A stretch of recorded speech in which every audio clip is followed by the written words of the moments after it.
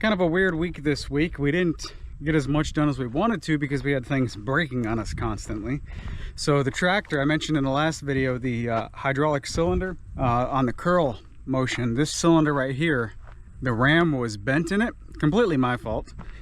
We took that to Pontotoc, Mississippi, which is a half-hour drive. So it only cost $75 to get it fixed, but it took 4 half-hour one-way trips. So half hour there to drop it off, half hour back, half hour there to pick it up, half hour back, 2 hours in the vehicle.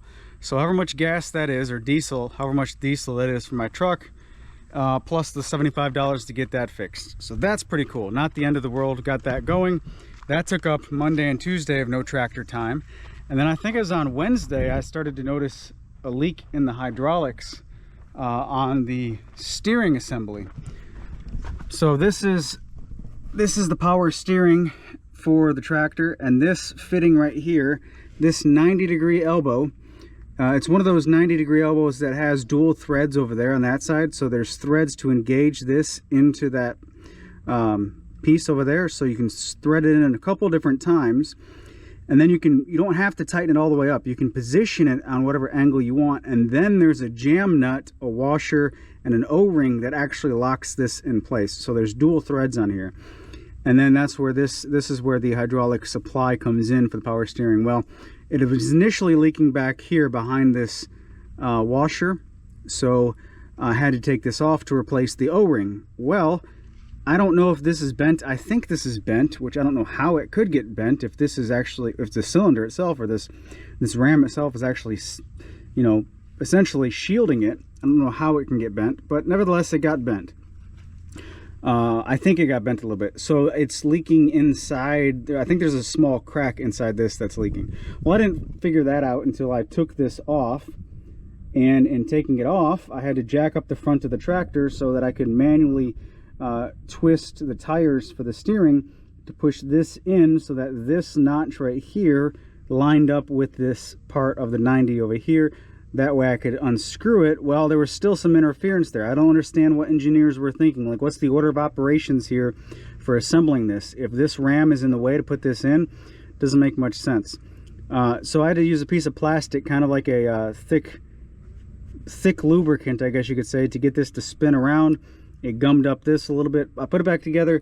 I got the leak to stop there. I got the leak to stop here, started working, and then it just started spraying everywhere. So this needs to be replaced. I'm not sure if that's a warranty issue, warranty part, or if I have to do that myself. But regardless, the tractor is down to, once again, being out of commission. So it's the weekend. It's Saturday.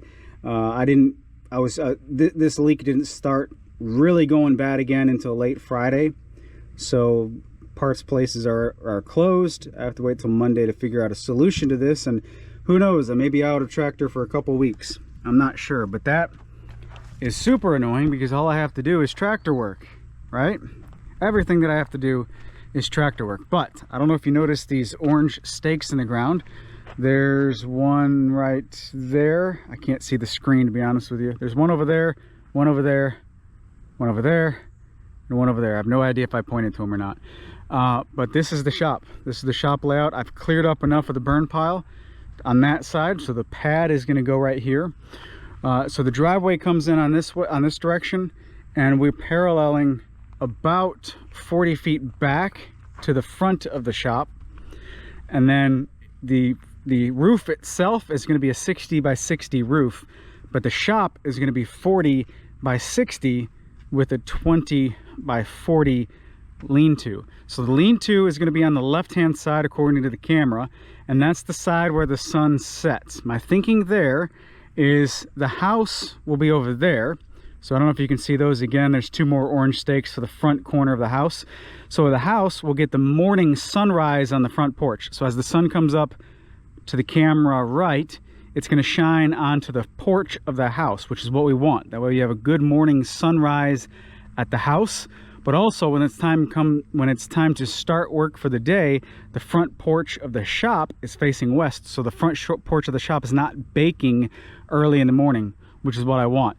And then as the sun starts to set over there, the front porch of the house will be facing east, so it's not going to be baking in the evening as we're trying to wind down for the night. Maybe we want to use our front porch there.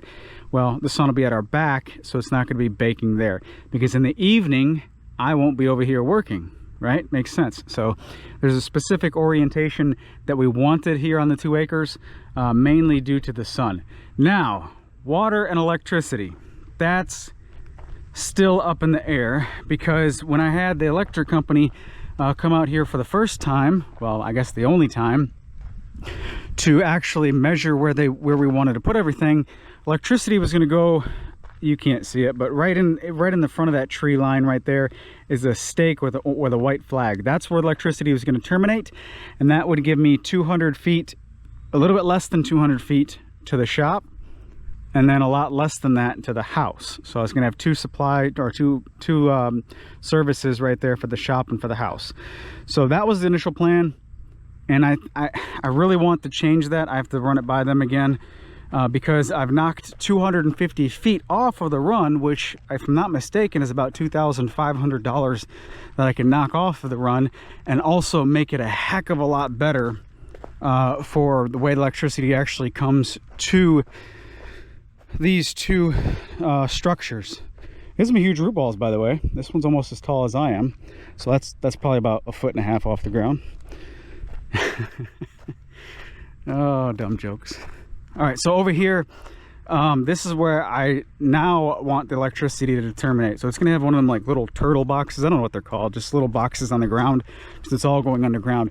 But if I go right here, I'll show you in a second, but there's a clear path right there from the driveway culvert that'll knock off a tremendous amount of run for the electricity. If I can get them to trench through those trees, which I'm going to clear out as much as I can up to the pines where they need to trench, and hopefully that'll be okay. That'll leave me with 120 feet to where the breaker panel approximately will be in the shop, and about 120 feet approximately to where the breaker panel will be in the house. So this right here seems to be a much better location as far as electricity. Now I'm going to walk you back over here for the electricity. The only thing, like I said, is getting them to come through this whatchamacallit, the little trail, this clearing. So I'm gonna I still have to clear out a bunch of stuff.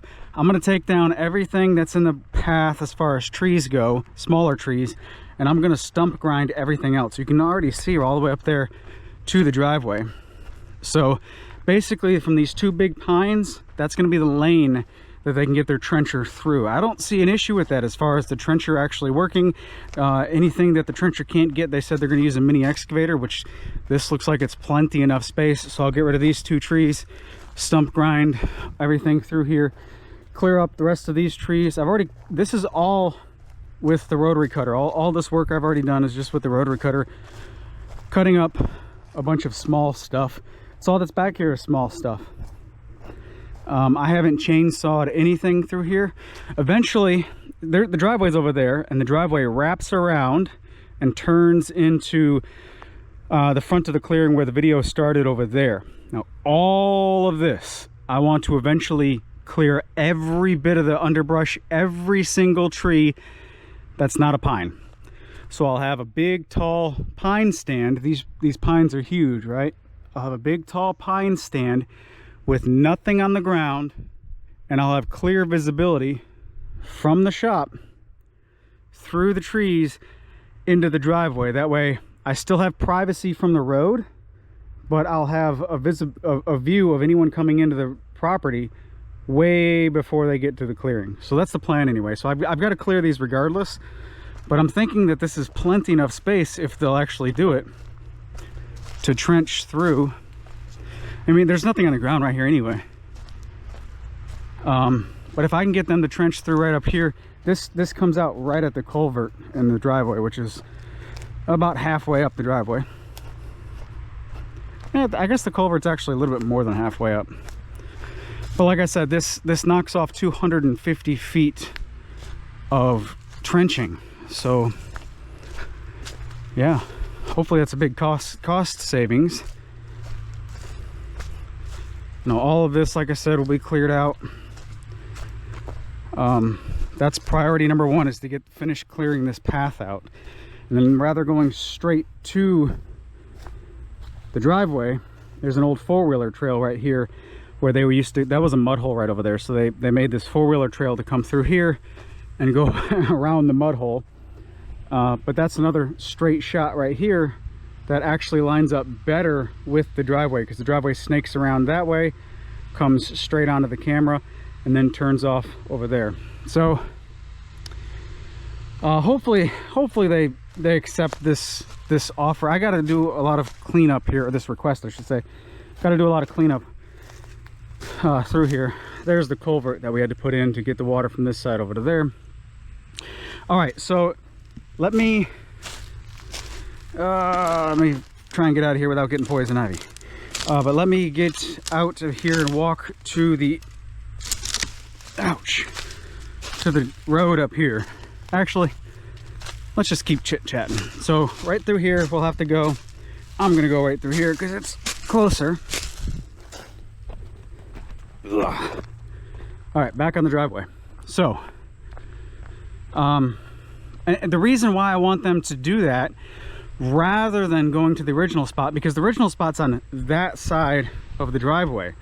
So if I have electricity that starts on the left side of the driveway, crosses the driveway, and terminates on the right side of the driveway, well, it becomes problematic when you're running water too, because water has to come down this driveway as well, and they have to stay 4 feet apart.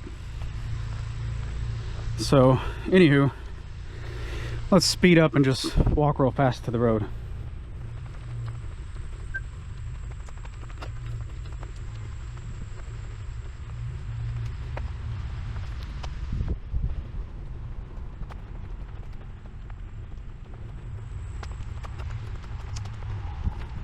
All right, I'm out in the road actually. Another good milestone is we finally got approved for an address. So we established a new physical number for this address, and that's required before you get utilities turned on, obviously. And before I can get a trash receptacle from the county, I had to put this post in. So I dug this post hole today, which, let me tell you, this type of material right off of an old road, and it's nothing but super hard clay and rocks and asphalt millings. That that was not fun, we'll say that. We were finally issued an address, so that means I needed to put a mailbox up, obviously. I still need to put the numbers on the side. They require us to have our numbers on the side, but the cheapest mailbox I could find, the cheapest post I could find, just to check the box is checked. I eventually want to change this out to something nice, but I'm going to save that for when we do the gate. When we do the gate, I'll design a matching post to go here, and we'll worry about curb appeal later. But as of right now, check the box. So that was a good milestone for today. We got that done. Now, water and electricity. Here's our power pole. So that's conveniently located right at the start of our driveway. But if you remembered me saying, the electricity was originally planned on terminating on the left side of the driveway all the way to the back into the clearing. It'll be on the left hand side, which means that causes problems with water, because the water meter is going to be somewhere over here. The water is on that side of the road. They have to bore underground, and it's going to be a little bit more than $2,000 just to have the meter set. I think it's 800 bucks for the meter, 800 and some change for the meter, and then another 1,200 and some change to bore underground. So a little bit more than $2,000 just to get the meter set. Then from there, I'm going to rent a trencher, and I'm going to lay 1,250 feet, if I get that side, 1,250 feet of 1.5-inch PVC pipe. That's the plan anyway for the water. But I want to designate the left-hand side over here for water, so I really need these guys, electric guys, to accept my plan to stay on the right side and go through that section over there.